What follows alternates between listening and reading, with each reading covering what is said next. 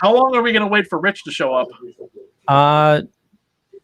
He shouldn't be that late. Okay, I'm just saying. I mean, we don't want to wait too long. We have a ton of shit to cover in this. Oh yeah, totally. We'll be respectful. Not to be disrespectful, but we have a shit ton to cover in this. I know. We'll get to it. All right.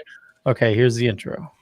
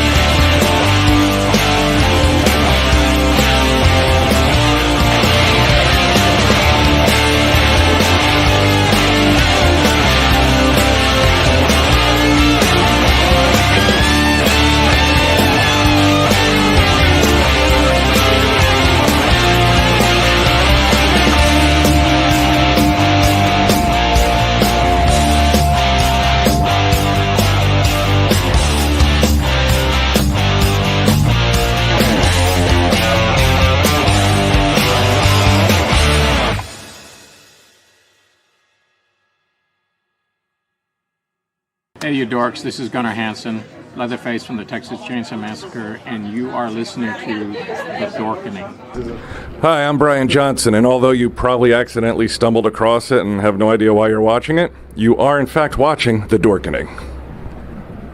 Hello, this is Tom Kenny, voice actor, the voice of the Ice King on Adventure Time, and SpongeBob SquarePants. Meow. Oh, Gary the Snail, too.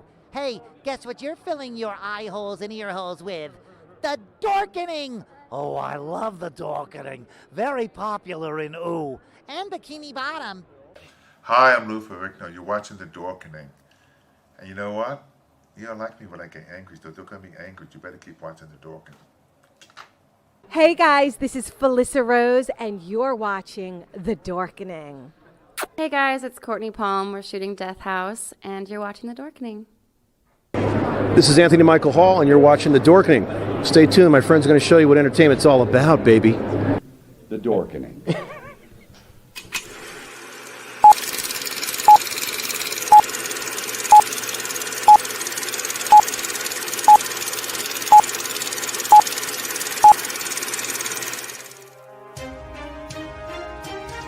The Dorkening and all affiliated shows are not intended for anyone under the age of 18.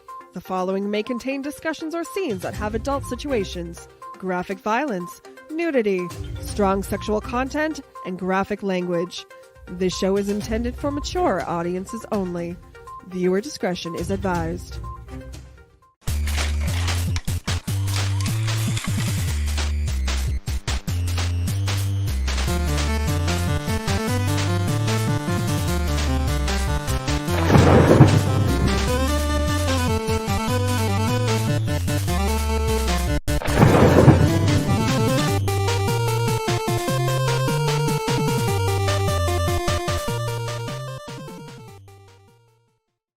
Rise and shine, my sinners. When Father Evil starts his day, he gets a little deadly. Deadly Grounds coffee has the richest, smoothest flavor you'll find anywhere. It's sinfully delicious. Once you go deadly, you never go back. Order yours at getdeadly.com. Coffee's so good, it's scary.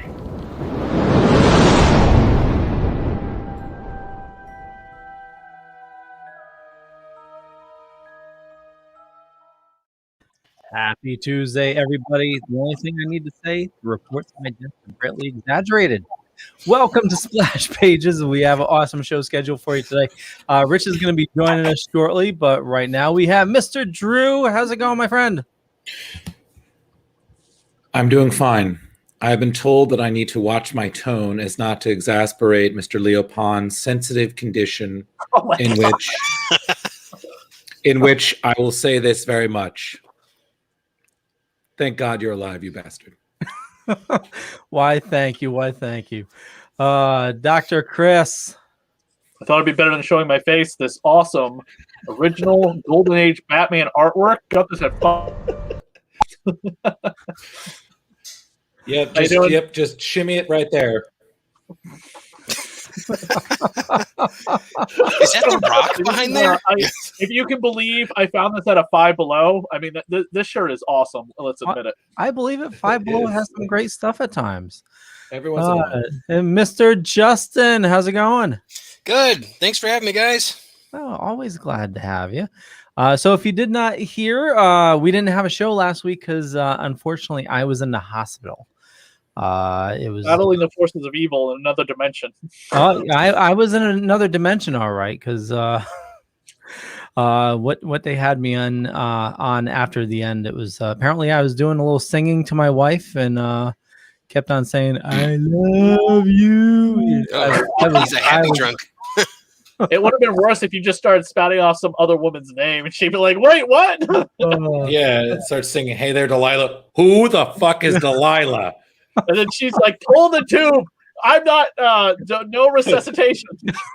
I want a divorce. I'm cashing in. Okay, I'm selling all the nerd stuff. It's a flea market Sunday. And then she's like, I got the Dorkening Network and the divorce. Oh, no. Oh, you think I'm hard on you guys. Wait till she has control. But, yeah, so what happened, I fell asleep without my CPAP. And woke up and my heart was going crazy. And my wife has an Apple Watch, so I wake her up 4:00 in the morning, ask her to use it, and said I was in AFib. So that's where your heart skips a beat and stuff. So waited a little while to see if I'd come out of it, and it didn't come out by Sunday. So we went to the emergency room. Hey, Velvet Joker, you died. Oh my God! The hair looks awesome. Hi. Yeah, that's awesome. Okay. So, close up, Mr. DeVille. Okay, so Rich went into some acid during the break. That's great. Oh. No wonder he looks so young and youthful. Yes, it's my. Do we all my have natural color? It's Batman! Get away, Justin! Get away! Okay. All right. Do we So all have I've different copies of the book, by the way? I think What's that, so. Chris? I got. Yeah, everyone hold up your copy of the book. I want to see if everyone's copy is different. I know I think Justin said he has the Absolute Edition, right? No, I wanted to get it. I lent that out to someone at Oh, one point, and you never get them back. Rich, so- I love your edition. Is that the see-through? Is that the see-through cover? Leo, It is, do you it have is. a copy? Very special edition. It's signed. I do not, but I will after tonight though. Yeah, by the way, it's like full back and front. Gorgeous. I was looking at getting one graded, but who has the money for that? Yeah. You can get the individual books graded. Trade paperbacks are very weird about getting graded. I know. No, I mean like issue 1 through 4. Not I've seen graded versions of Vlada, which is very funny because Vlada's not really a comic book. Vlada is a graphic novella, and people have it graded by CGC because they said it counts. So I was like touched and honored. There are tens of my book out there under CGC. You know, he's going to know he made it if someone gives a copy to sign and it's got the blue box, structured around where that's where you're supposed to sign. Like, can you just sign there? I just don't want to ruin this, naked cover. I asked how much is it worth so far, and they said apparently it's like $100. And I was like, well, that's $80 more that you got than I did per copy. There you go. All right. So before we start, I have compiled a list of things that we are supposedly not to talk about to agitate Leo. It is a short list. And I read, we cannot discuss the Snyder Cut. We cannot discuss Twilight. We cannot discuss J.J. Abrams' Darkness, the second Star Trek. We cannot discuss any Star Wars. We cannot discuss any Star Wars past Force Awakens. Let's see. Well, hold on. I got to scroll because some of this doesn't apply to Leo. This is more agitating for myself. Kevin Smith movies after Dogma. He gets really mad. He really gets. Oh, yeah. We bring up the Urzy J. Oh man, goes full Ultimate Hulk mode. We can't talk about Marvel in the 90s except 2099. Oh, we also can't say Star Wars sucks because then we'll get canceled. Star Wars sequels do suck. But, God damn it, Chris! Come on, we had one. So I appreciate fine. He's recovered enough that we can stress him out a little bit. Besides, he runs.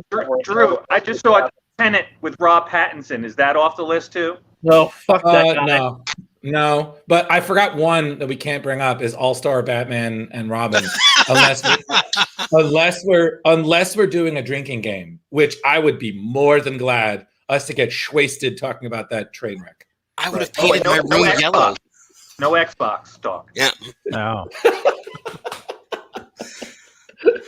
Leo, I had something to open up the Kingdom Come chat with. What's that? I said I had something to open up the Kingdom Come chat with. Okay. All right, here we go. Yes, we're waiting. There were voices and thunder and lightning and earth. And there followed hail and fire mingled with blood. There fell a great star from heaven, burning as if it were a lamp. And I beheld an angel saying with a loud voice, Woe, woe, woe to the inhabitants of the earth. Wow. It's in the and that's the audio book. You guys got chills or what? Oh yeah, that was biblical. Yeah. Yes, that's a passage from the Bible because Norman McKay, who is of course Alex Ross's real life father, or his real life father was based on him, was a preacher, and he wanted to do this book in honor of his father. Now I don't know the story if his father had just recently died or not, but his father was a preacher and a man of God, a respectful man of God, not a son of a bitch man of God. And he wanted to do this book in honor of his dad, and his dad is kind of like our what do you call it? Our Phil point of view character. Yeah, what's the name of the character from Marvel? Phil Spector. No. What's the name of the character from Marvel with the eye patch? Oh shit. It's like it feels something. Callisto. I'm sorry. Nick Fury. No. Give me a second. The photographer who watches the Marvels debut. You were right, Phil Spector.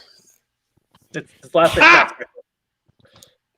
It's like Shelton or something. Yes, Phil Sheldon. That's it. Yeah. Boom. Yeah. Give me a second. I got it. Cool. Continue. And what's funny is that Wesley Dobbs was the first cosplay I ever did as the Golden Age Sandman. Oh wow. Yeah.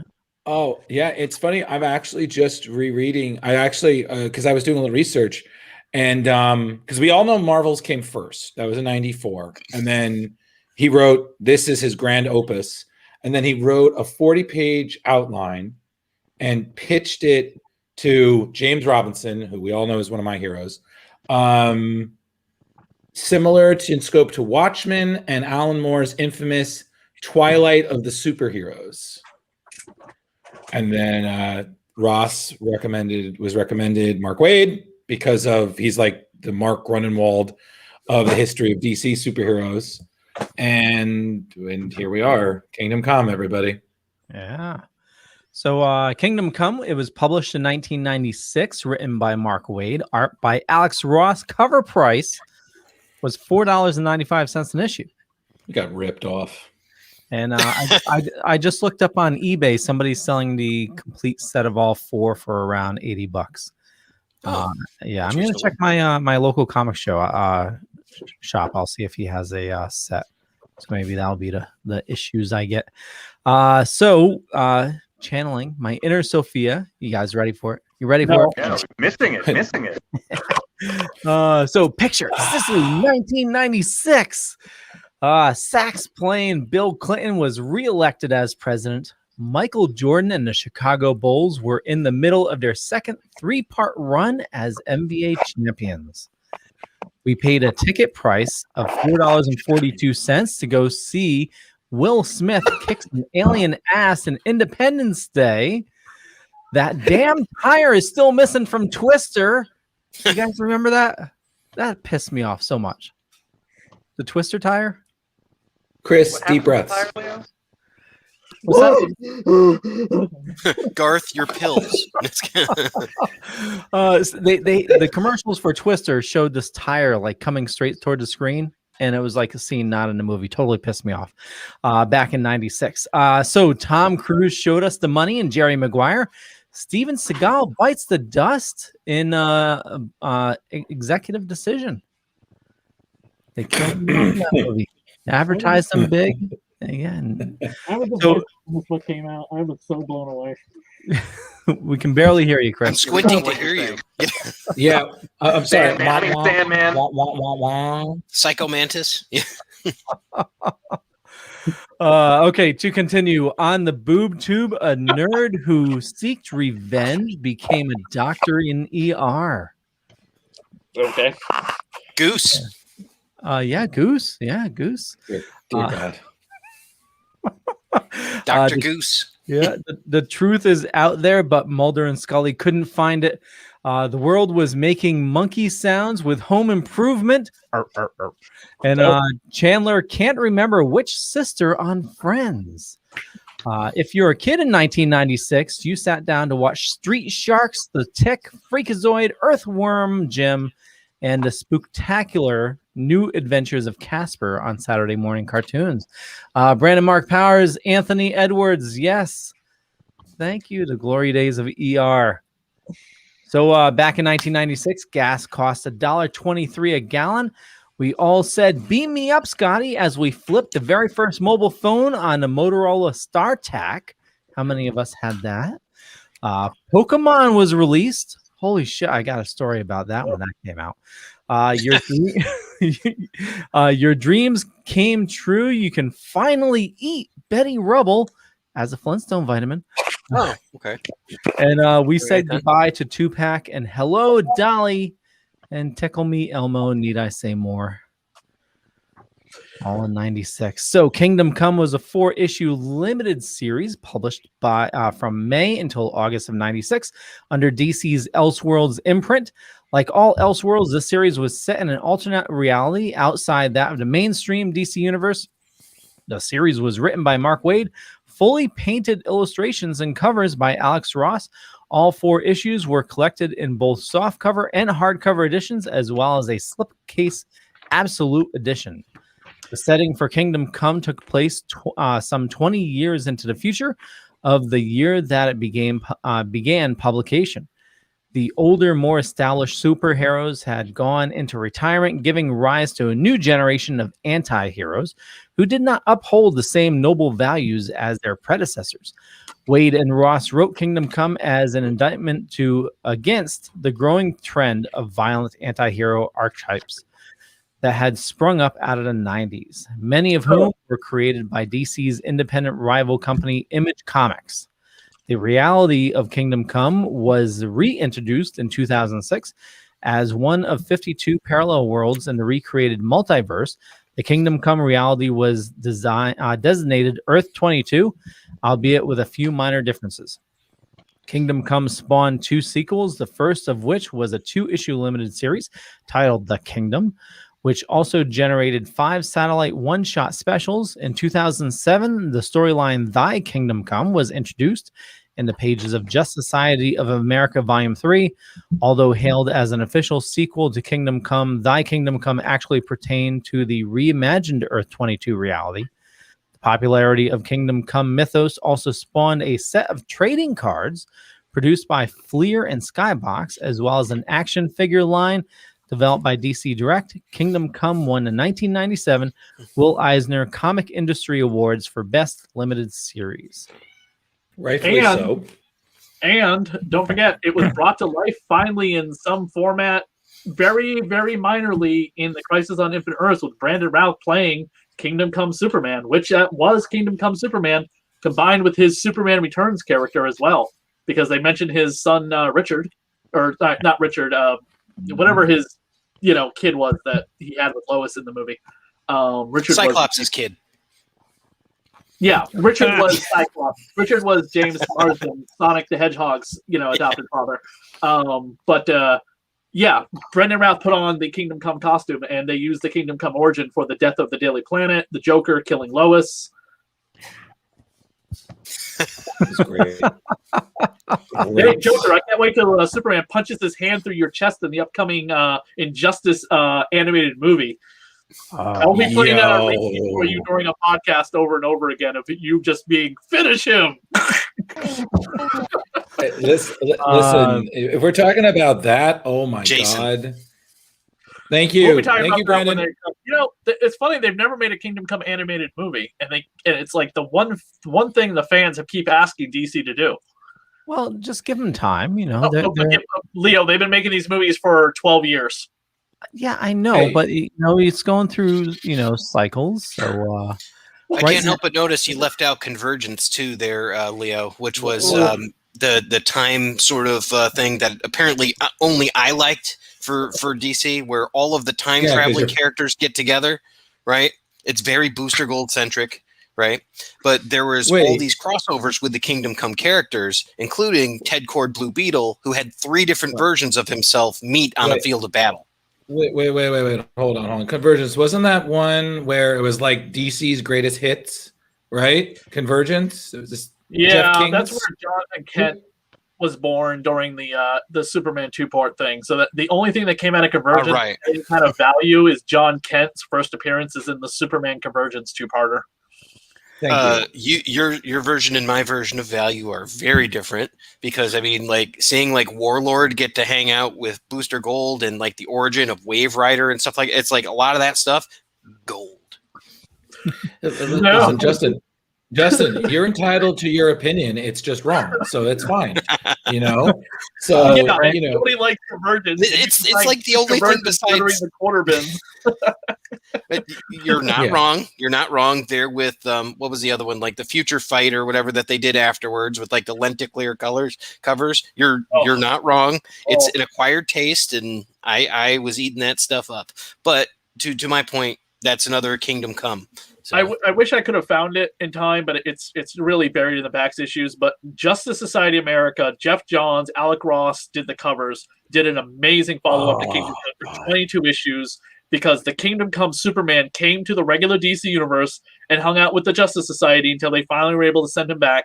We had God's origin story, and Alex Ross did a couple of the issues, the entire thing himself, which he hadn't done in years. And one of them was so beautiful. It was like the actually really good follow-up to this, where you see Superman juggling his 2 kids with Diana. You see all the heroes at the funeral for Batman, who is permanently dead.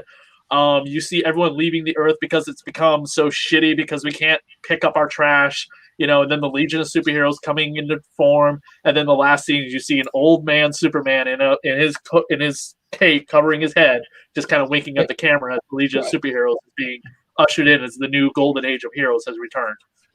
Correct me if I'm wrong, Chris, but it wasn't that also showed the actual Joker attack on the Daily Planet, right? That whole JSA Alex Ross Kingdom Come run, yeah, that was beautiful. I mean, listen, let's just acknowledge something. Alex Ross is unparalleled. Anything he does is gorgeous. Whether it's the Marvel covers, whether it's DC, there's a reason that his booth always is at a con. It's always selling, So I mean, I'm sure we could go around this little nerdy square table, and we could each talk about our favorite Alex Ross cover or series or whatnot. Which, Drew, those New York Comic Con, like you said, seeing that kiosk of all the Alex Ross stuff, beautiful, huge portraits framed in ornate frames. It's the most beautiful art like you've ever seen done in comics. It's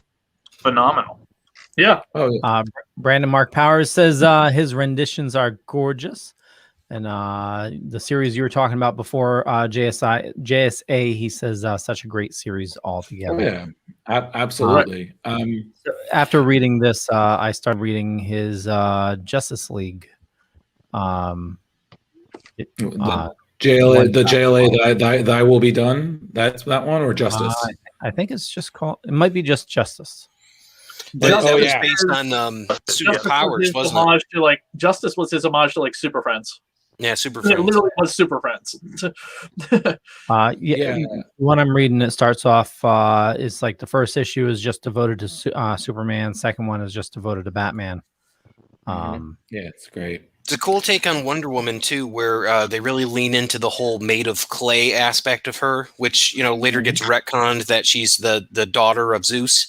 But it's like in that incarnation where it's like she's literally falling apart because Cheetah has used magic to tear her apart like at an atomic level. It's really really neat. Well, I want to say this. Yeah, go there. It's called Justice League: The World's Greatest Superheroes, and it's written by Paul Dini. Oh, of course. Was that the oversized one? That's not Justice. Justice was a 12-issue series where it's a giant love letter to Super Friends because it is literally the Justice League Super Friends versus the Legion of Doom. Yeah. And you get to see all of the Kingdom Come battle armor as the Justice League is like, well, we need to do battle armor stances, and Wonder Woman is like falling apart. But maybe they combined it into one trade paperback. Probably I wasn't aware of, but I had all the individual issues signed by whoever the writer was on that. But Dini wrote those one shots. They were giant. Yep, oversized. Yep. Yeah, there's I think it's Wonder Woman Quest for Peace, Superman, and like Batman's like War on Crime, and then there's that Justice League one. Yep. Oh boy. These. Bam! Look at the camera. They're so big. Yep. Nice. By the way, he also did a beautiful Alex Ross cover of Superman and the Fantastic Four. There you go. But listen, I'm going to say this right here now. This is one of the few comics I own that it made me cry at one point. And I was saying that before we started. And it's just such a powerful story. Like, I feel like few comics really just nail the emotional humanity of the DC characters. Like, to me, like, again, this was probably one of the most human stories you'll ever read, and it's just so real and somber and upsetting. Like, I feel like there's no way you can't read it and you don't have, like, you're not left pondering it. Like, I don't know, how did you guys feel? Absolutely. Go ahead, Chris. No, go. Well, in terms of this, like when you're talking about like those moments, there's certain indelible moments when you're reading or watching something. One of which I always go back to is the death of Optimus Prime in the Transformers movie. Like, it just gets you, it grabs you, and it's one of those things where you're like, I didn't want to feel this way, but reading this, ingesting this, made me feel that way.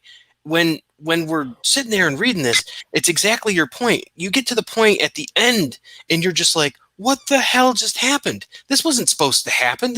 I thought this was going to end a certain way, and it completely went sideways. And you can't help but feel for the characters. You're feeling for Superman, for Diana, for Norman McKay. It is incredibly human, and the most powerful character in this is the human Norman McKay.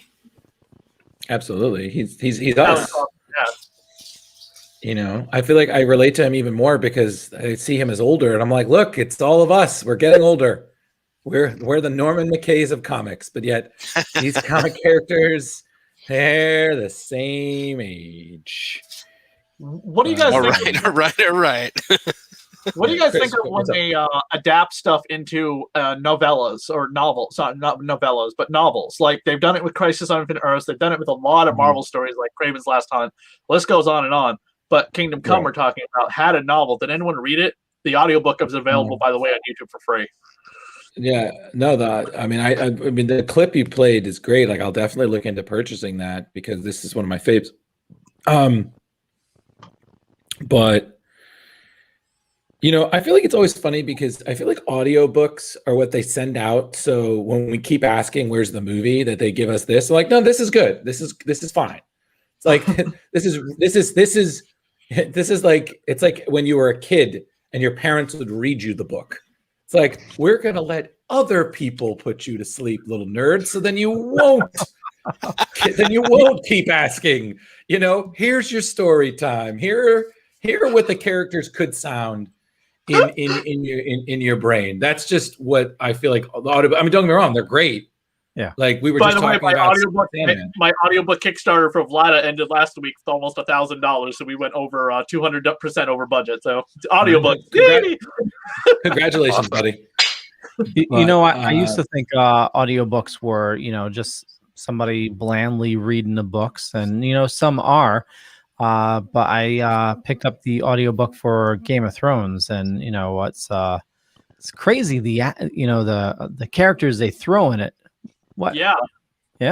For a complicated book like Game of Thrones, audiobooks are great. Complicated stories like Kingdom Come as well, going back to Kingdom Come, you need an audiobook, especially if you just know Superman, Batman, and Wonder Woman. You don't know who Shazam is, and you only know the movie. You don't know who Aquaman is other than the movie, who's barely a character in this. But Norman McKay and all the other stuff or whatever that they describe, because don't forget, they're not just reading the dialogue, they're also describing what planet Krypton is and such. And for somebody who's not into comics that much, but wants to be, and they hear about Kingdom Come, but they start reading it, looking at the pictures, and their brain dissolves into mush, maybe an audiobook is the best thing for them sometimes. Now, I don't know, did they do a Watchmen-style motion comic animation for this ever?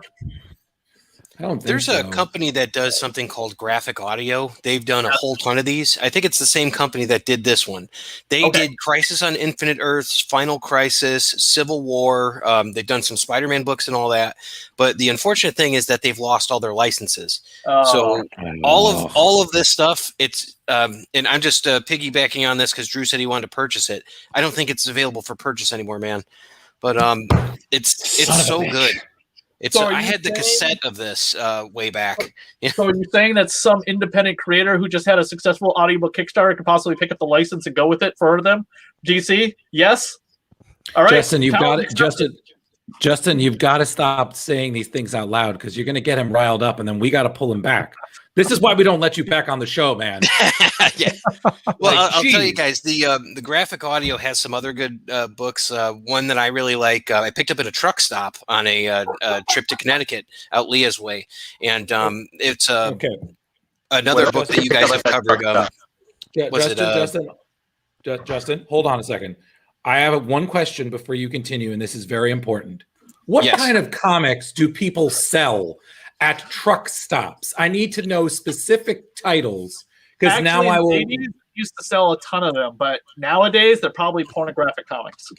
Well, there's lots of Archies, but they're usually soggy. I don't know why. Like they're next to the hot dog machine, so you know it's like Betty and Veronica, and you can't really tell because they're like the pages are So covered in Days of Future Past is what I was thinking of. Just another one. So nice. So they're out there, but you have to get them either at like on physical media at the truck stops. So shout out to Flying J's, or you can go and get them on Graphic Audio if they still have the licenses there. Who said they had the absolute edition of this? I have the 20th anniversary deluxe. Okay, so nobody got the hardcover absolute edition, which is on Amazon, by the way, right now for $60. That's awesome. That's a $99 book. $60, and apparently you get all of the so Wizard put out this preview thing with all these little sketches in it, and sometimes these go for a lot of money on eBay because they consider this to be the first appearance or something, even though it's not really a comic book. And I'm never going to get into that debate and argument. These are really cool that Wizard would put out back in the day. And Wizard actually put out a commentary for Kingdom Come, going through every issue, telling you, oh, look, there's Fat Albert. Oh, look, there's Alf. Oh, look, there's whatever, or hey, did you see Dead Man's here? He's in the corner, but he's here. Yeah, tons of Easter eggs in here. Yeah, definitely. In the background shots, right here, I can't even just of characters. I can. Yes. Yeah, Lobo's in there. I saw former President George H.W. Bush. You have I'm not even kidding. You have the West suit also. Yep, that you'll see Fire there, B. DaCosta, and she was actually that's the part where she's talking about Booster, the manager. Now, do you think Mark Millar would rip off Kingdom Come or homage it in some way with Civil War when he creates the gulag that Iron Man, Mr. Fantastic create to put all the heroes in that aren't registered? Because that's kind of like what happened here. Superman Site creates 42. Oh yeah, see, there's the president. Yeah. You know the funny thing, what I realize about Kingdom Come is it's very much kind of one of those books that you have to read more than once because there's so much detail. Like it's not just like I had no idea that the president and all these other characters were there, but like small things like I didn't realize that in the future they already showed a successor to Starman.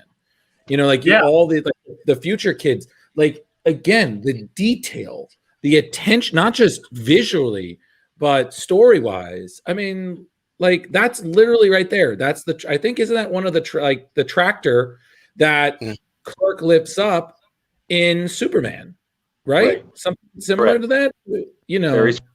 Well, he's lifting. Yeah, I mean, it's supposed to be kind of like the homage to Action Comics #1's cover, right? But and the well, actually, they did that in where the hell was that? There's also honestly, did anyone ever reading this feel like they could hear the famous themes to these characters, especially when Superman is attacking the UN? You can hear that really drum beating, the ominous parts of the Superman theme by John Williams, where he's like about to just bring the entire UN building crashing down on the delegates because of what they did with the atomic bomb. And he was just like, I've tried so hard to protect you and you keep fucking it up. And now I'm going to take the law into my own hands and destroy the United States government. But Norman McKay stops him. But during that entire sequence, I can hear John Williams, the more ominous version of John Williams' Superman score, playing during that. Superman's about to murder all of all of the world leaders because he's so sick and tired of it. And Norman McKay stops him because Superman has the power to become Homelander or whatever fucked up Superman-like character is currently on TV, like Omni-Man. But he doesn't ever do that, Yeah, and I think also I like to talk about at some point how Kingdom Come has lived on. It's not just the other storylines that have kept it alive, Brandon Routh in Crisis for the CW, JSA with their Superman. But I think it's also great when you see people cosplay it. Like a friend of mine, Michael Burns, he's one of the best Superman cosplayers I've ever seen, and his Kingdom Come Superman is literally so on point that when he met Alex Ross, Alex complimented. He said, "I think you're the best Kingdom Come Superman I've ever seen." So I was like, can you put that into a recording for me so I can play it all the time? Right. I felt like it's like when Andy Samberg does Nicolas Cage. I'm like, that's high praise. Yeah. And he's a raging psychopath. I've definitely done that with people that said something, and I'm just like, hold on a second. So we're having this on recording that you said that, and can I use that? And they're like, yeah, of course. Like Tim Seeley when he's like, oh, you're the official podcast of my comic book. Or when I had Paul Dini on my show, he said something incredibly nice, and his wife did as well, and it was recorded, and it's on there to hear. And I was just like touched. Every time you bring that up, I'm just like, God damn you, man. If you want to listen to it, trust me, it's on YouTube. No, not going to give you that satisfaction. His wife, like, you get 15 minutes with my husband, and we went for almost like half an hour. I just want to bring the UN down on you. Just want to bring the UN down on you so bad. But channeling my rage. Shut up.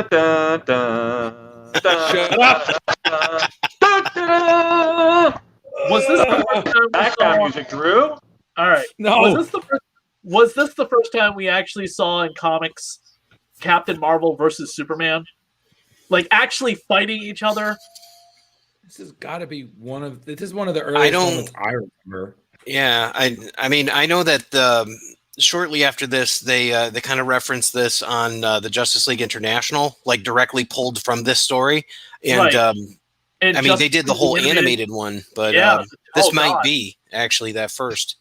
Yeah, that Justice League animated episode is fantastic. Yeah, it's a stupid misunderstanding. Whereas he's being controlled by Mr. Mind, but and answer that age-old question. It's like, what happens when Billy Batson grows up?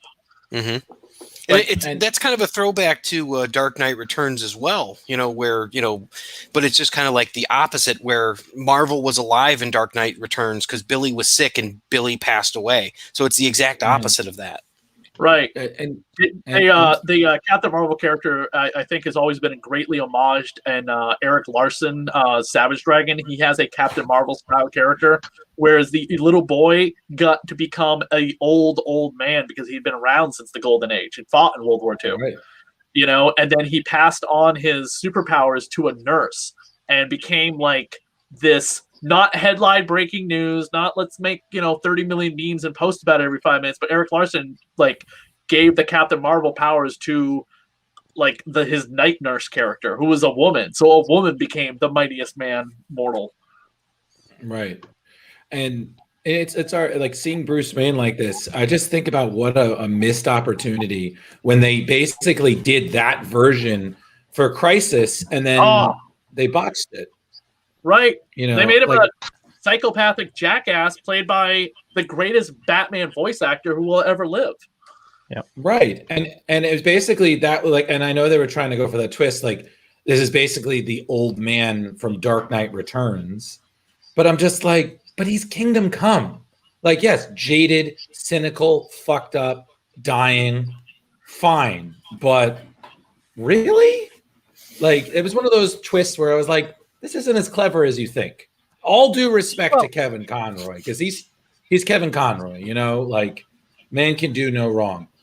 Although some people would say, then what was the Killing Joke? And I said, no, we don't talk about this. But with all due, and then there's another thing I wanted to share cosplay related, which was really beautiful. Two of my friends, my friend and her husband, my friend did, she did an homage to the end of Kingdom Come. And she used it where she was Diana and her husband, who she's been goading to cosplay for ages, dressed as Clark at the diner, and that was their pregnancy announcement. Oh, that's really cool. And I don't know if he's to me, very much. I just sold him actually to someone. Right. And I got to be honest with you. I said to them, I was like, guys, I'm really mad because there's no way anybody can top how beautiful that was. That's the best pregnancy announcement nerd-wise I've ever seen. So I don't know if he's glowing very much on this, but he's kind of glowing. I can see from the camera. Drew, did you tell your friend that she's put on a couple pounds and there's a gray hair? I hope you didn't. You know what? I like life. I'd like to. I don't blame you. Don't mess with those Amazons. Well, being a Zap Brannigan, we're good with messing with Amazon. That's a different story. But no, I've seen that. That is a sight to behold. If you have this, by the way, this Spectre figure, he glows in the dark, and he's held up by his cape above the ground of his feet. So when the lights are off, it literally looks like he's floating there. Yeah. I don't know that this is Kingdom Come Spectre or just some random Spectre figure. I got it at the Super Mega Fest convention, which happens here in Framingham when there's not COVID. There is a action figure. It is a 2-pack with Norman McKay and the Spectre in the style of Alex Ross. Oh, so this might be it. I don't know if that is not. That's the DC Direct one from a little bit before. I just sold that on eBay for $22 like a month ago. So it's a great figure. One? Yes. Yeah. Cool. I don't think the Spectre's ever been brought to life in any way beyond an episode of Constantine. They had Jim Corrigan on, and then when he dies, later on at the end of the episode, just before the credits cut, he starts glowing green. Yeah, I mean, he got like a 10-second cameo in Crisis. Jim Corrigan just pops up and just transfers the Spectre over to right. Yeah, I forgot that the fucking Green Arrow, who was good God, you watch the beginning of that show and how he goes from being who he is to the Spectre at the end. You're like, the fuck happened to this show? Well, can we just say what the fuck with CW? I mean, it's just it had so much. All right, hold on. Superman and Lois, boy. which is on right now, had the biggest reveal of a character on the show recently that blew every fan away. The Captain Luthor character's secret was revealed, and I'm not going to spoil it here. No, but it was unbelievable. But for everyone who's been watching that show from the beginning, when they found out the secret of Captain Luthor, it blew everyone away because nobody saw that coming. Okay, it's so good. Superman. If you're a parent with kids with problems, it's the show to watch. Okay, Superman and Lois is a phenomenal show. That's why it needs to be taken off the CW and put on HBO. Well, I feel the same. I feel the same way about Stargirl. I'm just like, it's gonna be. That's a cool show. No, the second Stargirl season will be better. Yeah, I mean, on the CW, it's gonna have the same budget it had on the DC All Access. Hey, circling back to Kingdom Come. Yes, please. Yes. Was anybody disappointed that they do this big buildup of Magog, and then when he finally presents himself, he's like, "Oh, I'm super guilty. Take me to jail." You mean he's a super disappointing. Oh yeah.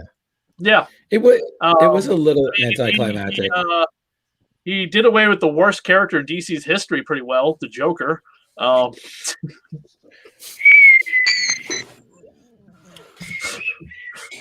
just gonna right fade away on. for a second, Chris. Let me just. Jealousy. No, but seriously, didn't he like fry the Joker in court, kind of like a Lee Harvey Oswald style?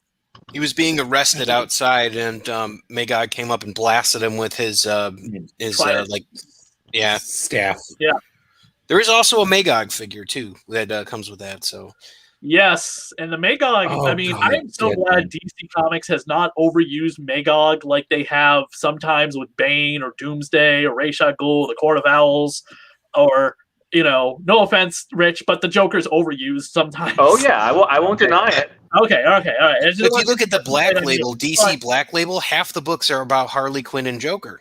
Right, and Magog. Thank God we haven't seen Magog in the New 52. We didn't see Magog in Rebirth, and I don't read every single goddamn book out there because DC puts out too many books. But I swear to God, we haven't seen Magog since that Justice Society story I talked about earlier. You've seen him one time, and you're gonna laugh. He was in an episode, or not an episode. He was in an issue of Brave and the Bold, Magog, and Booster Gold. Mm-hmm. Yeah. No, I have that, but that's still before the New 52. I have that issue because I bought that issue because it tied into that Justice Society storyline. Also, that entire Brave and the Bold story, that entire Brave and the Bold run was fucking amazing. Oh, absolutely. But I swear, it's like as Leo is just slowly flipping through it, like he's actually perusing it again. Just again, small things like you see the new Legion of Doom. You see the original version of Damian Wayne. Yes, Ibn al-Yufash. Yeah, there you go. Whatever you just said. That. And then, like, you saw, like, Deadman. And Deadman is a skeleton in the Boston Brand costume. It's so just cool. The logical progression. But, does anybody have... Yeah, sorry. No, go ahead. I was just going to say, and then the one thing that I still can't believe is, how did the Legion of Doom not think Batman was going to flip? He's joining you. He's clearly going to betray you. Yeah. Like, how did Lex Luthor, like, this is the thing I love about Lex Luthor. He's the same thing with Dr. Doom. Every time they're always like, I'm so smart. I'm a genius. I'm so smart. I created death rays. I'm going to kill Superman. I'm so smart. And then he does this. I'm like, yeah, you're so freaking smart. Does anybody have the trading cards? No. The trading cards also contain stuff that you'd have to have gotten that absolute edition for, because the trading cards contain all the promo artwork. Everyone got their own card. It wasn't just an image from the comic book. Plus, there was the sketch cards, which weren't limited edition. They were just, part of the regular run. And then concept art as well. And the trading cards are a sight to behold. And good luck trying to get them. They can go for hundreds of dollars for a complete set. Open. Leo, that page that you're on there is exactly what Drew is talking about. Just to address what he's saying, how could these guys not think about how Batman will betray them? Batman beat them to the punch both figuratively and literally, as he punches Luthor in the face, right? He cut him to the quick to the fact that he betrayed him before Luthor or anyone else could get their machinations going to betray Batman. I thought he punches Billy Batson in the face. Either way. You know, yeah, because I thought it was Billy Batson because he has to step on Billy's face to stop him from saying the magic word. Yeah, that was so great. He just, shut up. It looks like face. Yeah, no, he's definitely hitting Billy there. Luthor up there in the corner. You know, an original run of the Kingdom Come books does not go through that high sometimes. You can easily find these in $5 bins. They're not, because it was heavily overproduced and as well as it's been collected so many times, people who try and sell these for like $100 are ripping you off. Yeah, absolutely. And it's so funny because when I met Mark Waid years ago, like I was like 2015, I had my 4 issues of Kingdom Come. And he said to me, he said, every time I think I've signed the last issue, somebody gives me a new, he's like, I think I've signed every issue of Kingdom Come out there. Somebody, I mean, it's not like a mean thing. You know what I mean? It's not like he hates it, but there is a little extra joy when you give him anything else. And it's not Kingdom McCloud's like that. He's like anything but New Mutants. It's like, I absolutely love the black and white Kingdom Come ad that had Norman, Shazam, or Captain Marvel, you know, metal suited Batman. I don't know who the woman is between other version of Batman, Wonder Woman, and Superman, but there's like 2 versions of Batman on this ad. And the other version of Batman looks like the Michael Keaton Batman standing next to some African-American superhero character. So, Drew, you were talking about, you know, pieces of this, you know, being referenced later on. Right. In my research, you know, I read that, you know, it seems like DC is sort of like laying down seeds of Kingdom Come, you know, over the years, where it seems like eventually, you know, they're going to lead up to this in the actual future. Well, I think the thing they're always trying not to do is because I noticed the same thing Marvel does with 2099.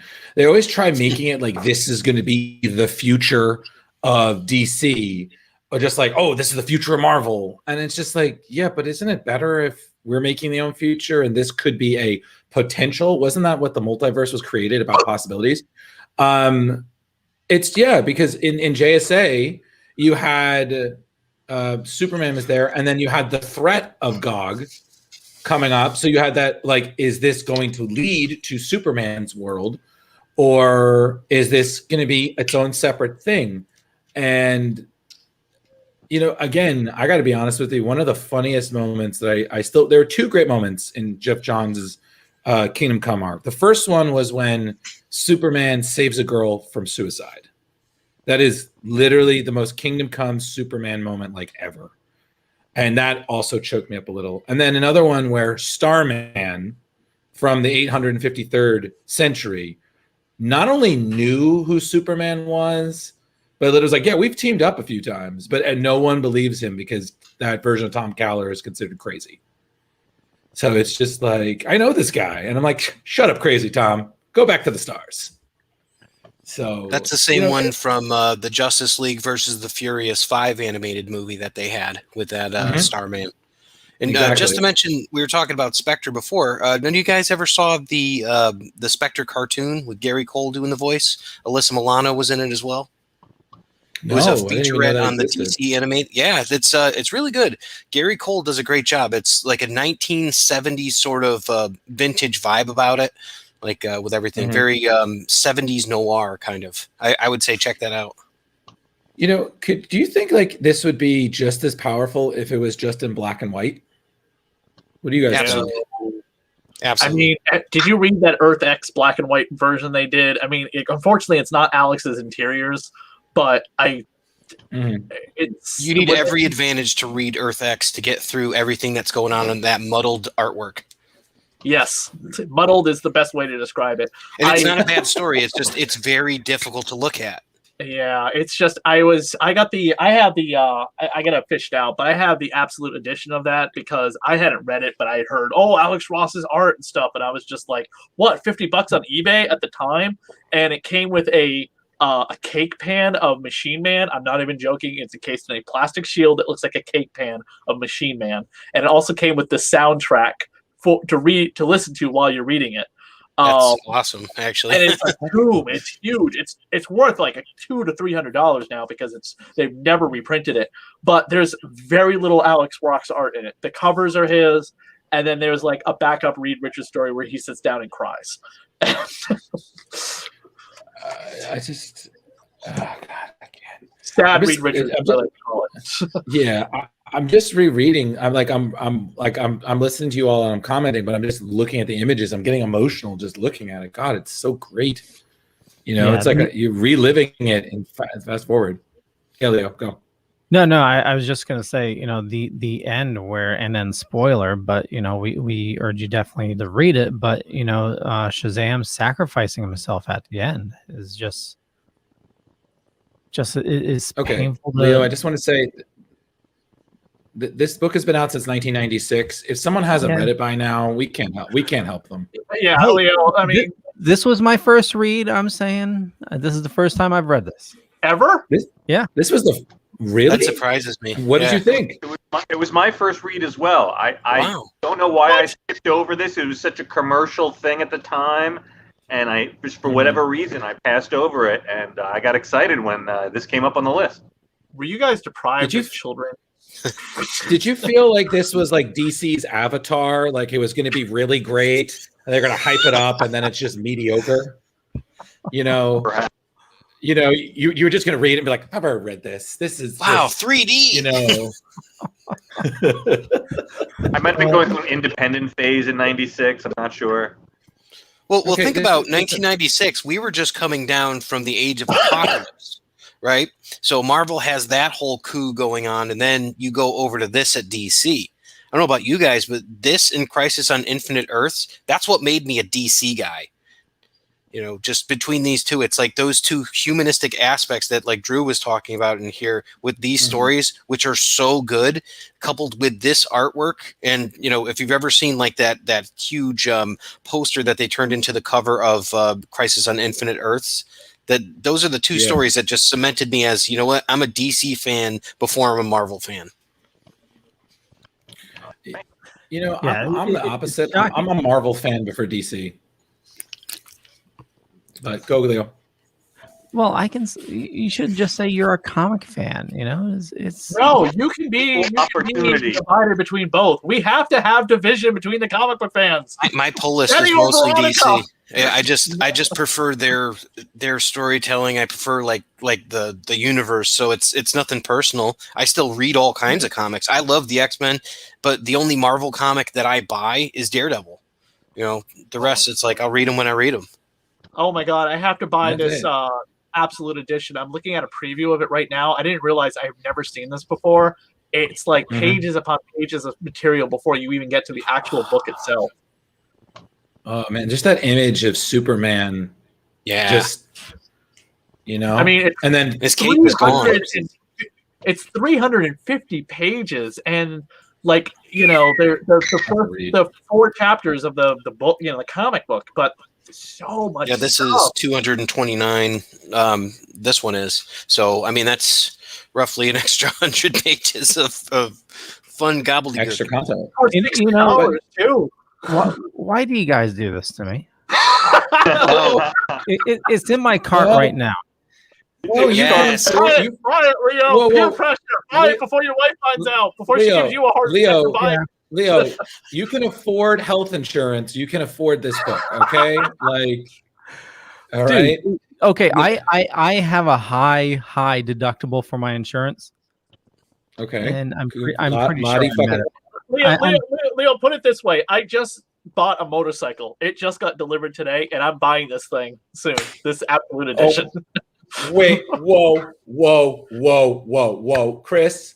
Who let you buy a motorcycle? Where are your parents? Like Leo, when he bought a copy of Leo, when he bought a copy of Lada and about 500 other people who bought copies of Vlada. So your next book is going to be about a vampire on a motorcycle.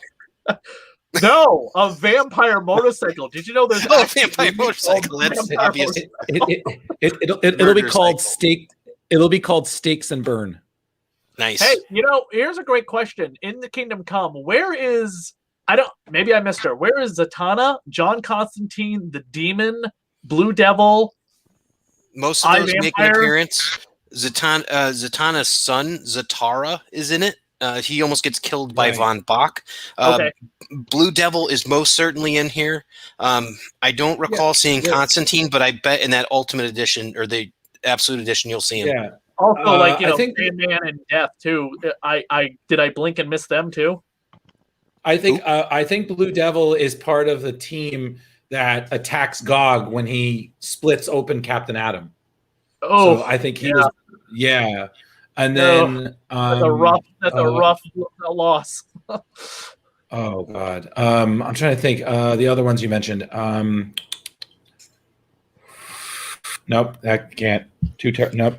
Well, the other one would be what is it? Constantine. I don't recall seeing him specifically. No, I didn't really see John. Hello. I'm kidding. All right, let's see. I'm at that point in the beginning here. So it's the Captain Atom. Then there's the Jiu-Jitsu Master. Some guy that looks like Boba Fett, Leo. And someone that looks like the In-Betweener from Alex Ross's, when he did that Dynamite series, the In-Betweener is definitely on this page. When you say In-Betweener, it just sounds so dirty. Yeah. Yeah. Yes, welcome to the In-Betweeners. Yes, and so forth. Where the hell is the In-Betweener in the MCU? Wait, we have Loki starting tomorrow. How much you want to bet Loki and the Eternals is going to blow up the cosmic Marvel characters to no end soon? All I can say is, wow! Just so you know, I just bought it. Oh! Gave me the peer pressure! Along with a hot rod from the Studio 86 line of Transformers. That We will keep your secret, buddy. Yeah, and I would recommend this book when you get a chance. It's called Mythology. If I can get it right in the camera there. There you go. Yeah, I got the that. art, the DC art of Alex Ross. He has another one. I want to say it's called Marvels, which is all about his Marvel work. Oh, nice. I mean, I'm not even joking. Like a store just put in like a $300 order for my book, so I definitely should get that Absolute Edition. I mean, what's stopping you? You could ride your motorcycle to get it right now. Right?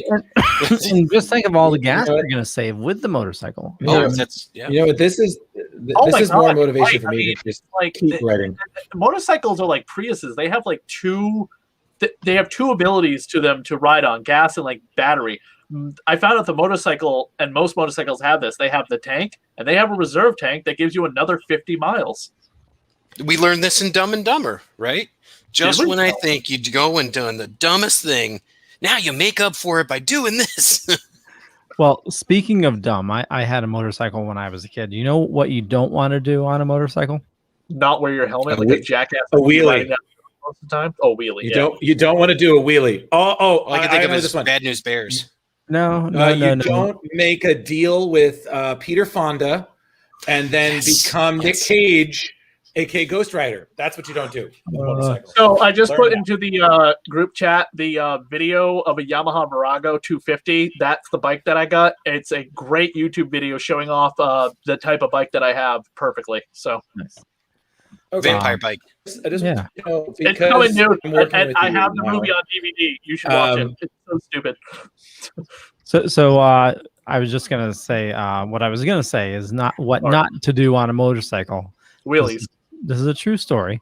When I was a kid, I grew up on a small family farm, and my dad he didn't give me a dirt bike. He somehow he got a Honda street bike and fixed it up for me. And I think I was probably around like 13, something like that. And so driving that, in the fields and everything. So I'm driving down our road, and young me had the coolest idea. I'm gonna stand on the seat. So I'm riding this down a dirt road. I picture this in my head. I'm standing on my seat, and I'm gonna go around the corner, jump up, land on my seat, hit the brakes, and do a power slide on my motorcycle. It was going along perfectly until I jumped up and I hit the front brakes instead. Oh. Okay, Flipped so right over, didn't you? I was Superman. I I took a flew. safety course, and they taught us to remember you have a rear brake to use the same time you use your front brake. You lose some teeth there, Leo? I lost it for on a bicycle, not a motorcycle. Okay. You sweet, lovable dumbass. Dear sweet God, you just precious little munchkin. I can't. No words. But good for you. Because, well, I'm just saying, if he didn't hit that front brake, he might not have ended up doing this. So we might not have all be working together. You know, time, man. We change one thing. Could have been blown to Kingdom Come. You know what? Right. Get out. Justin, get out. That's two. That's it. Okay, that's 2 strikes. One more, and I'm having Leo eject you like an umpire. Out. So we found out that this was myself and Velvet Joker's first read. Rich, we definitely have to get your opinion on this. It's getting 4.5 crowbars. 4.5. Wow. 4.5 crowbars. Wow. 4.5 crowbars. So talk about your experience with this, reading it for the first time. I enjoyed it. I really liked seeing Billy Batson go mad. That was that was really enjoyable with the worms. Yeah. I kept thinking the worms crawl in, the worms crawl out. But yeah, it was fun. It was emotional. I liked seeing that Superman had kind of stepped back. Like, he was like, doing his thing, doing his farm thing. He's like, I don't like people anymore because I don't like people. But that's just personal. Mm-hmm. Anyway, I liked seeing Diana being a force of power and sort of challenging Superman. And it really didn't feel like he was really pushing his agenda. He was more, Diana, I don't really feel like this is the right way, but when it really came down to it, he just let her do her thing anyway. So I don't know. The story was good. The art was amazing. There were emotional things. It was great seeing Luthor get punched in the face, seeing all those background characters that you guys were talking about. It just had a lot of great elements, and so that's why I feel really strong about my 4.5 crowbar rating. 4.5 crowbar. Okay. And what about you, Leo? Since you are also the new reader on the block, what did you feel about it? How did it touch you? I was pissed off, actually. You were pissed off how Drew touched you. We don't want to talk about that right now. Leo, keep calm. Okay, keep calm. We've been doing good the whole time. So, Leo, this is like the one DC story you cannot hate whatsoever. No. Hear me out. It is better than Justice League Snyder Cut. I'm sorry. I know you love Leo doesn't hate. Hear me out. So, when me and my wife go to bed, we do reading, reading. Close out the day, she. They do voices. I don't know, Leo. Tell us, please. Yeah. Close out the day. Are we getting the mature rating now? Just yes. This is how it shows up. Sunstone podcast. Dorkening After Dark. With Steven Segal and Linda Segal on Sunstone and Dr. Chris doing narration. We're both in bed with our iPads, and I got her a Kindle account, so she's reading something intellectual, and here I am reading my funny pages, and it's So I'm reading it and I can't put it down. I'm so pissed off at myself that I have not read this sooner. Like, why the fuck did I wait so long to read this? It is so friggin' good. Oh, you're angry at yourself. Okay, yeah. Angry at myself. Absolutely. Oh, okay. Okay. Yeah. You be as angry as you want. Yeah. Did it make you want to learn more about some of these characters that were in the background or anything? Or well, like Drew said, I need to reread it for the background characters because it was just trying to take in the amazing art and the story at the same time was a little bit too much overload at times. Well, Leo, let me ask you this. How old were you in 1996? That's when this was published, right? 1996? Yep. I was 23.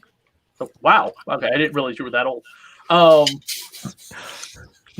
I didn't. I thought you were around my age. I was 16 years old when this book came out, and I had been a little exposed to Marvels. You know, I kind of missed it. But my father, honestly, I swear to God, this sounds really bad, but my father forbid me from reading comic books. So when I went to private school, it was my time to read comic books. You know what I mean? And I, not even joking, would ship my comics at the end of the year to my mom's house in Massachusetts to keep them away from my dad. Because my dad found out he'd throw them away. Oh, wow. What do you do to your porn? Jeez. Yeah. The only wish is I probably was in porn. He probably framed it. Yeah. Let's kick Chris down on the couch for a few minutes.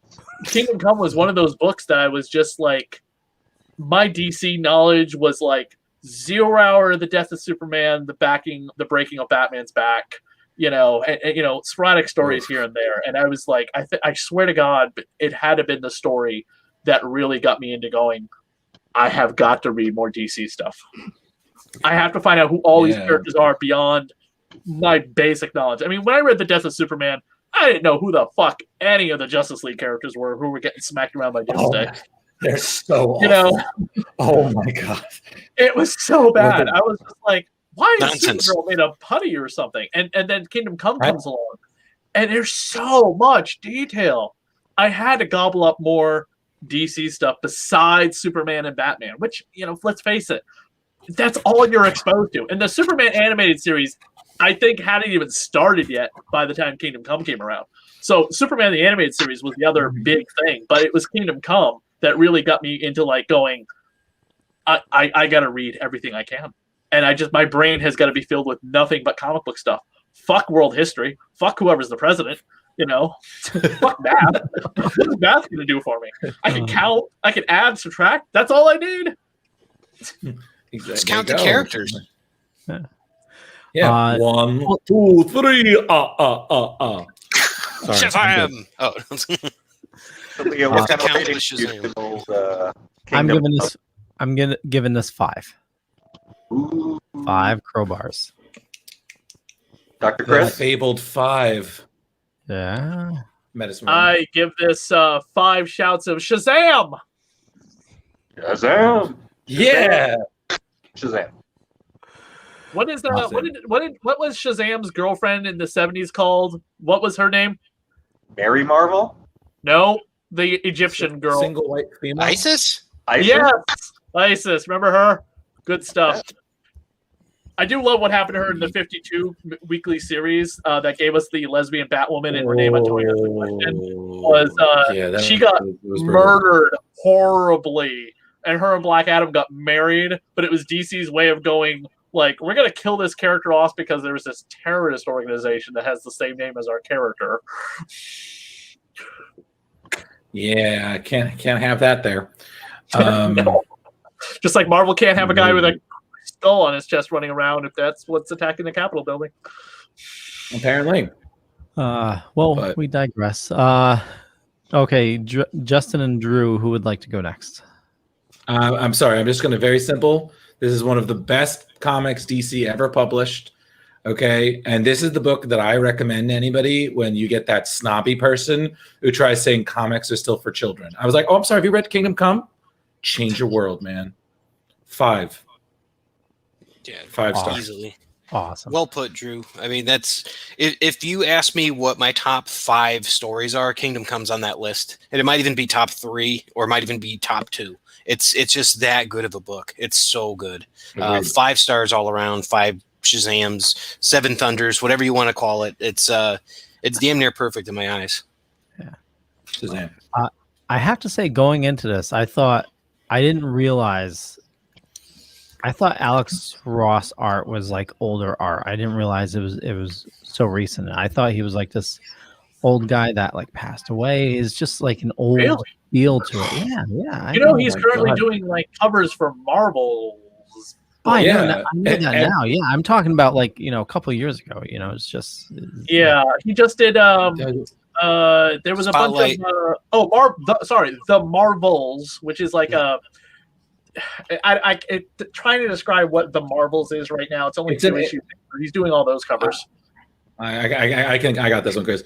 It's another one of those Marvel anthology books where they're going to give really good stories that are just going to be weird and wonderful, but no one's going to pay attention because it doesn't have Spider-Man. No, that's not true. The Cyclops book was great. Eventually, and they're also introducing a bunch of great new characters that Alex designed, and the whole thing's written by Kurt Busiek, so it reads a lot like Astro City, I think. You guys, just let you know, I completely was bullshitting. I just say these things to get Chris riled up because he'll do better explaining. Fuck you. You were absolutely right, though, in terms of that. They just had the Cyclops one, and a fellow podcaster, Jay Edidin from Jay and Miles Explain the X-Men, actually got to write that story. In the covers, Alex Ross, Cyclops blasting with his optic blast. It's such a good book. Quick shout out to, they're not part of the Dorkening Network, but I mean, a podcast is a podcast to support another podcast, I believe. From Crisis to Crisis, the Superman podcast on the Superman homepage, which is the longest running comic book related website on the internet, dedicated to a character. Superman homepage has beaten them all and transcended and won tons of awards. Their upcoming episode, either this week or next week, will be doing Kingdom Come. Nice. Yes, and they have covered every issue of Superman from Man of Steel #1 in 1986 to whatever they're currently up to right now. Every single issue of Superman family. They have more than 1,000 episodes, is what you're saying. So, yeah. At one point, they were supposed to be like a 5-year show, and their podcasts have been going on for 11 years. There was 1 year they only put out 1 episode due to personal reasons behind the scenes, and they're finally, thankfully, back on track. But they are a dedicated epic podcast to Superman from 86 to the New 52. Because fuck the New 52 Superman. Yeah, I mean, he doesn't really resonate with a lot of people, but he served his purpose, and we've all moved on as a people. There you go. So there's actually one more thing there's one more thing I wanted to address for today before we close it off, because we're almost at the point. That's totally his way of saying it. Also, everybody, today is National Ghostbusters Day, so that's repping. So to all of us who believe in paranormal, professional investigations and elimination needs, whether you love the movie, wear a jumpsuit, quote the movie to especially people who don't know it. And it's a great day. And for every schmuck who has to say, oh, I don't believe in ghosts, go fuck yourself. Thank you. Happy Ghostbusters Day, everybody. I don't believe in ghosts. That's fine, Chris. You're just, again. I don't. I can't. I'm sorry. Show me a ghost. Have a ghost come to my house. Do the whole Conjuring thing. But Chris, do you know that old analogy that if you come across a beehive, you shouldn't poke it, stick with it? That's kind of the supernatural. So just don't. You're fine. Just keep doing more Vlada. Do you hear me? Fuck yourself. See, nothing happened. You're literally holding a ghost when you're doing that. I know. You realize the irony of that? Like literally, it's like, hey, let me hold this ghost while I talk about. Yeah. So. And suddenly there was a sensation. I have in case too, by the way, a nice like steak so I can stab a ghost. Right. That works. Suddenly there was a pulse throughout New York and Connecticut as 1,000 spirits heard Chris and said, "Challenge accepted, dumbass." Dogs and cats living together, mass hysteria. What does that say, Drew? What does that say? The tears of my enemies. Buying a motorcycle is a midlife crisis mistake. Oh, okay. That's terrible. Riding in your shorts. Chris, just to answer your question, well, I know, you have to experience something in order to believe it, but I used to live in this really old house, like it was Civil War era house. It had a boat launch in the basement where they would build boats and then go out into the Thames and stuff. What's that? I think he's a dudist. No, right? Yeah. Right? He's the Church of the Dude. Oh, the dude abides. Yeah. Okay. He's showing you your I don't believe you credentials there, or Hey, Chris, if you were gonna, well, I was just saying, you know what? I'll save it for another show. There we go. Yeah, save it for another day. But just for letting you know. Yeah, just letting you know, Chris, if you're going to be any more of a troll, go hide under a bridge. as a man of science, Chris, if energy can neither be created nor destroyed, only contained, how can we not, believe that energy exists in another form that we can't possibly understand, i.e., the supernatural? Listen, we got to wrap this up. So trust me, that's going to take time. We don't have the budget for the budget. This we don't have that in our budget. Supernatural Creatures and Lore podcast here on the Dorkening Network, which is a show I used to host, by the way. Fair enough. But it was about Sam and Dean Winchester fighting monsters, and we talked about the real life lore where it comes from in history, religion, and stuff like that. Yeah, but that's in the past. Let's move on. Yeah, I prefer Kingdom Come to that. Well, I want to thank everybody for watching or listening this fine evening. We will start. Let's see. Justin, where do you like people interacting with you on the social medias? Oh, check me out on the Dorkening page on Facebook there. You can also find me Geek Life HQ for our podcast there. You can check us out if you like Ninja Turtles, Epic Tales from the Sewers, also on Facebook. And you have a special project we're going to be working on as well. Oh, absolutely. I mean, and could it not be more appropriate day for that? Yeah, we're working on an upcoming couple shows, aren't we? We are getting Brandon to do a show as well, which is very exciting. God. Yeah. Oh my God. Chris. I do this Spectacular Spider-Man podcast here on this network. We do have the Hammer Show, which is on hiatus right now, unfortunately. And the other comic book show I do, Goth Girl Horror, a Hack Slash podcast, has a new episode coming out next week. And actually, the creator of Hack Slash will be on this podcast coming up in August for Superman versus Lobo. Tim Seeley. Nice. Mr. Drew. Oh, hi, everybody. I'm Drew. You can look me up on Facebook, Instagram, GhostbusterMan1984, and I write for Screen Rant. Look at Drew Mallet Screen Rant. I do various projects and whatever that these idiots wrote me into from time to time. I just can't help but just ride the lightning. Shazam. And Velvet Joker. Well, you can find me here on Splash Pages every Tuesday night. And other than that, I don't want to interact with any of you right now. Somebody get a spear. If I had my trident, you. No, I have to say your hair came out perfect. That's awesome. Yeah, I had it done at the salon today. Nice. Part of my early birthday present from Harley. Very cool. Hey. Wait, hold on. When's your birthday? 4th of July. Oh, okay. Well, I was going to wish you a happy birthday. Forget that. We can always wish you a happy birthday. It's never too early to wish you. No, it's still too early. It's June. It's his birthday quarter. I thought you said July 4th. A few weeks away. Yeah, Leo. July 4th. We'll get you a happy birthday on July 4th, not June 8th. There you go. Right. Like, yeah, goddamn, Leo. Like, what calendar? Thank you. I'm glad Leo thinks I'm pretty. If Joker wants a birthday quarter, he's gonna friggin' get a birthday quarter. Yeah, we'll just scar. Well, yeah, we'll just scar one side of it, and we'll just send it to him. Okay. Feel like you're mixing things there, but okay. All right. For Drew's birthday, for Velvet Joker's birthday, I'll send him a clip of Superman punching his fist through Joker's chest over and over again. It is a good image, Happy birthday! I know. I can't wait for it to be on the cartoon. For me, just Google Leo Pond. You find a bunch of stuff. Could be true, could be not. I'm not going to say which is which, but more importantly, follow these awesome people. They do a lot of cool stuff. And I run a little thing called the Dorkening Podcast Network. Over 30 shows on a network. A lot of awesome people doing a lot of awesome stuff. And with that, we'll catch you guys there. Bye. Good to be back. Peace out.